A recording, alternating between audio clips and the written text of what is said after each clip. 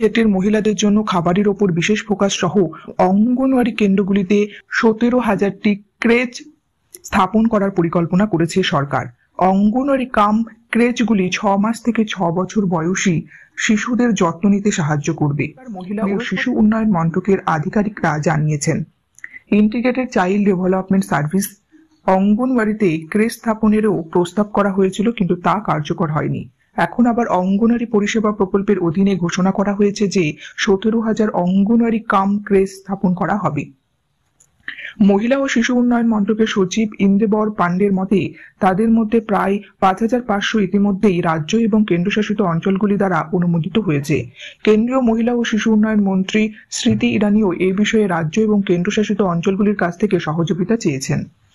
অঙ্গনওয়াড়ি ক্রেচের জাতীয় প্রোগ্রামে বক্তৃতা দেন মন্ত্রী ইরানি রাজ্যগুলিকে প্রাথমিকভাবে চিহ্নিত করার জন্য অনুরোধ করেছিলেন যেখানে নির্মাণ কাজ চলছে এবং যেখানে আরো বেশি মহিলা অসংগঠিত ক্ষেত্রে কাজ করছে, যাতে তারা এই প্রকল্পের সাথে যুক্ত হতে পারে। তিনি আরো বলেছিলেন যে মহিলারা যারা স্বনির্ভর গোষ্ঠী পরিচালনা করেন তাদের জন্য এই ধরনের ক্রেচ চালানোর একটি সুযোগ হতে পারে।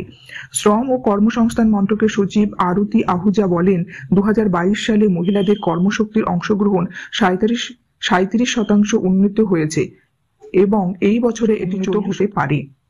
তিনি বলেন, আরো বেশি নারীর কর্মশক্তিতে আসার একটি ক্রমবর্ধমান পথ রয়েছে এবং এটি তাদের কর্মদায়নের সময় এবং সেই দিকে এক পদক্ষেপ নেওয়া হচ্ছে।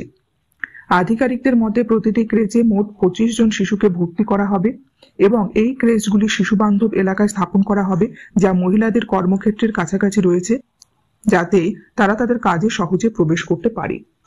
তাহলে এবার থেকে অঙ্গনওয়াড়ি ক্রেচ গঠন হতে চলেছে।